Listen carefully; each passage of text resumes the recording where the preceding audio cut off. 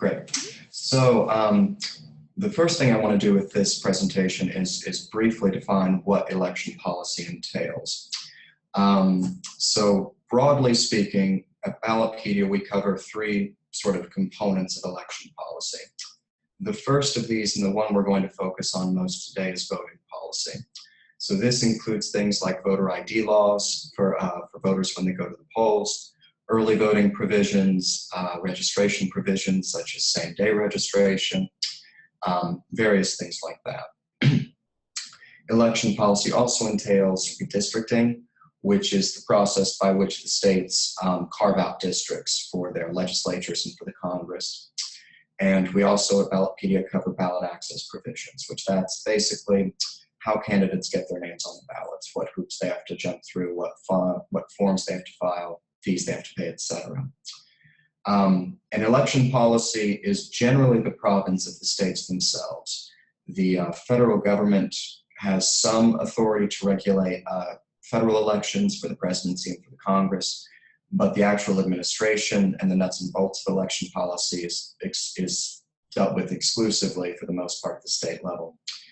That being said, the federal courts do play a significant role in determining whether state voting provisions are constitutional or whether they violate broader federal laws such as the Voting Rights Act. And in election policy matters, it's not a very dramatic issue, and it's easy to forget in the context of a presidential election year. But election policy is hugely important because it determines the terms of participation, both for voters who can vote, how they vote, etc., and for the candidates that voters get to choose when they go to the polls. So the first thing I want to discuss is voter ID laws. This has been a hot button issue for the last 5 to 10 years. These laws come in two basic forms. The most notable, the one that gets the most attention, is photo ID requirements. And that's pretty much exactly what it sounds like. A voter goes to the polls and they must present some form of identification that has their photo on it. This usually will take the form of a driver's license, a state ID card, a military ID card, etc. There are also a number of states that require non-photo identification. So this can include things like bank statements, utility bills, etc. There's also two basic enforcement types for voter ID laws. If a voter goes to the polls and they do not have the proper ID, but are still permitted to cast a regular ballot, that's considered a non-strict requirement. If, on the other hand, a voter without ID goes to vote and does not have the proper ID, if that voter is required to cast a provisional ballot, it's considered a strict requirement. So as of today, the current breakdown in the nation is 8 states have a strict photo ID requirement. Another 8 have a non-strict photo ID requirement. 3 have a strict non-photo ID requirement, and 12 have a non-strict non-photo ID requirement. The remaining 19 states do not require any form of identification at the polls, generally speaking. It's become a hugely contentious issue. Proponents of voter ID laws generally argue that they're necessary in order to prevent fraud and to maintain the integrity of the election process. Opponents of these laws counter that there's not that much fraud to begin with, and that really the laws are designed for partisan purposes, to disenfranchise voters who might otherwise be inclined to vote a certain way. And this map just illustrates which states have which kind of voter ID laws. As you can see, Indiana, Wisconsin, Georgia, some other states have very strict photo ID requirements, whereas a state like California, for instance, has no ID requirement whatsoever. Specifically, Texas is an interesting case in point, just because its law has been, as written, its law is one of the strictest in the country, and it's been subject to ongoing controversy and litigation. The law took effect in the wake of the Supreme Court's ruling in Shelby County v. Holder. That's a Supreme Court case that was decided in 2013. It essentially struck down the pre-clearance requirement of the Voting Rights Act. The pre-clearance requirement of the Voting Rights Act stipulated that certain jurisdictions with a history of racial discrimination were required to clear any changes in their election laws with either the Department of Justice or a federal court before enacting it. So once that requirement was struck down, Texas's voter ID law, which had previously not been granted preclearance, was able to take immediate effect. The law's opponents brought suit pretty much immediately, and it worked its way through the federal court system. In August of last year, the Fifth Circuit Court of Appeals ruled that the law was a violation of the Voting Rights Act. Pretty much immediately after that, state officials requested that the entire Fifth Circuit review the case. Initially, in cases like this, a 3-judge panel on the court will issue the initial ruling. But the state requested that the full Fifth Circuit review the case, and that's called en banc review. Several months went by, and finally in March of this year, the Fifth Circuit agreed to rehear the case with the full bench. And then in the summer, the Fifth Circuit ruled 9-6 that the voter ID law did indeed violate Section 2 of the Voting Rights Act. The court found that the law had a discriminatory effect on minority voters. But the court did not strike down the law entirely. It simply ordered that the state find a way to kind of ameliorate that impact, but still maintain the law. So the temporary remedy, state officials and the law's opponents agreed to a temporary remedy in August of this year. Basically, that agreement permitted voters to either present the forms of photo ID stipulated by the law or a non-photo form of ID, including utility statements, bank statements, birth certificates, things of the like. And that still didn't settle it. It's still an ongoing issue right up to today. Last month, a federal judge ruled that Texas had been somewhat misleading in some of its voter and poll worker training documents, suggesting that voters couldn't present non-photo ID unless they could absolutely demonstrate that they couldn't obtain photo ID. So a federal judge ordered them to revise their documents. And in September of last month, or also in September, the Attorney General of Texas, Ken Paxton, petitioned the Supreme Court to reinstate the law. To this date, the Supreme Court has not reacted to that, has not issued an order regarding that. Another case that's very interesting is North Carolina. Similar to Texas, North Carolina passed a major omnibus election bill pretty soon after Shelby County v. Holder. It was the first state in the nation to pass a major election law package in the wake of that decision. And the law that was passed in North Carolina reduced the number of early voting days, prohibited same-day registration, and established a photo ID requirement for voters. Proponents argued that these were necessary changes in order to maintain the integrity of the election process and to unburden local election administrators. Opponents argued that it was a partisan attempt to disenfranchise voters, particularly racial minorities. Again, there were a series of legal challenges. Initially, a federal judge, Thomas Schroeder, ruled that the law did not violate the Constitution and upheld it.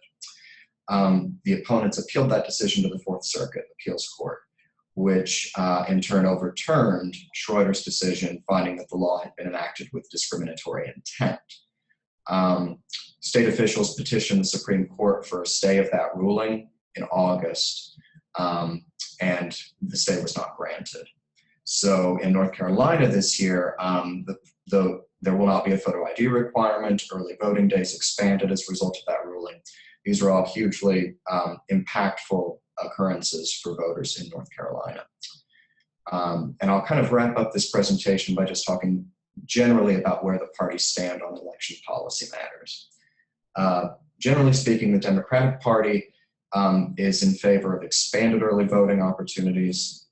Automatic registration is a big thing that Democrats are supporting this year. Hillary Clinton has spoken to that a number of times in the past year and a half. And they're generally skeptical, Democrats are generally skeptical of voter ID requirements. By contrast, the Republican Party emphasizes election integrity and the prevention of fraud. For that reason, they're somewhat skeptical of early voting provisions, automatic registration, and things like that, fearing that those kinds of policies can introduce the opportunity for fraud in the system. Republicans generally support voter ID laws for the reason that they argue that they're conducive to minimizing the potential for fraud in the system.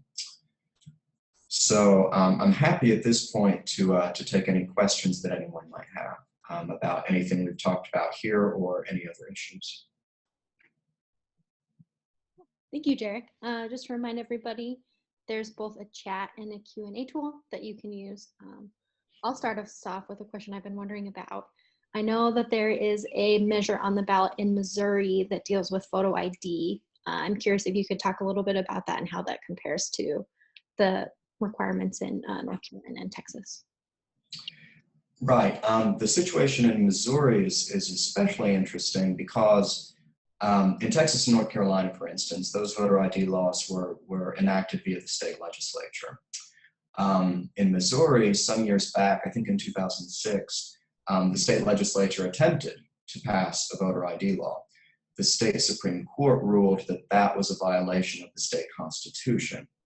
And so just this year, the state legislature voted to propose an amendment to the state constitution that would allow the legislature to enact a photo ID requirement for voters. So at the time that they did this, the legislature passed two bills. One was the constitutional amendment to be put before voters for the election in November. The other was an actual law that would establish that requirement in the event that the amendment passed. And the governor, who's a Democrat, the legislature in Missouri is controlled by Republicans. The governor, by contrast, is a Democrat. The governor signed the law proposing the constitutional amendment, but he vetoed the bill that would actually establish the requirement if the amendment passes. There's been some speculation as to whether the legislature will override that veto. It remains to be seen at this point. But what is certain is that on November 8th, voters in Missouri will be voting on a constitutional amendment to say whether they want the state legislature to have the authority to enact a photo ID requirement. And that's a fairly unusual route to take as far as these requirements go. Like I said, they're generally instituted by the legislatures. Thank you. We actually have two questions. I'll start with the first one. Does the Libertarian Party have a general stance on voter ID laws? The Libertarian Party, there's a kind of mixed, there's a diversity of opinion, it seems, within the Libertarian Party. If memory serves, I believe that, I believe that Gary Johnson has expressed some concerns with voter ID laws. He's argued that he's sort of straddling the issue a bit. He's granting that the integrity argument is a legitimate one, but he's expressed some concern that these laws can have the effect of suppressing votes. But again, that being said, that being Johnson's opinion, there's considerable debate within the Libertarian Party on that matter. Our next question is, I feel like I read that I needed an ID to vote in Maryland. Is that true? Your map appeared to show it wasn't. Right. Maryland does not have an ID requirement, generally speaking. Now, in some cases, first-time voters or voters who are changing their registration may sometimes be required to present an ID at the polls. But yeah, and in Maryland, the case is only that first-time voters who registered by mail and did not provide identification at that time, they have to provide ID at the polls. Otherwise, there is not an ID requirement in the state of Maryland. And one more question. What does the Democratic Party mean when they mention that the Voting Rights Act has been gutted, so to speak? Right, they're referring there to the Shelby County versus Holder decision, which in Shelby County v. Holder, the Supreme Court found that the formula for the preclearance mechanism was unconstitutional. They did not strike down the preclearance mechanism altogether, but they rendered it inoperable. So Democrats argue that this enables states with a history of racial discrimination to restart those practices, to pass laws that have discriminatory effect. So that's generally what Democrats are talking about when they're talking about re-strengthening the Voting Rights Act.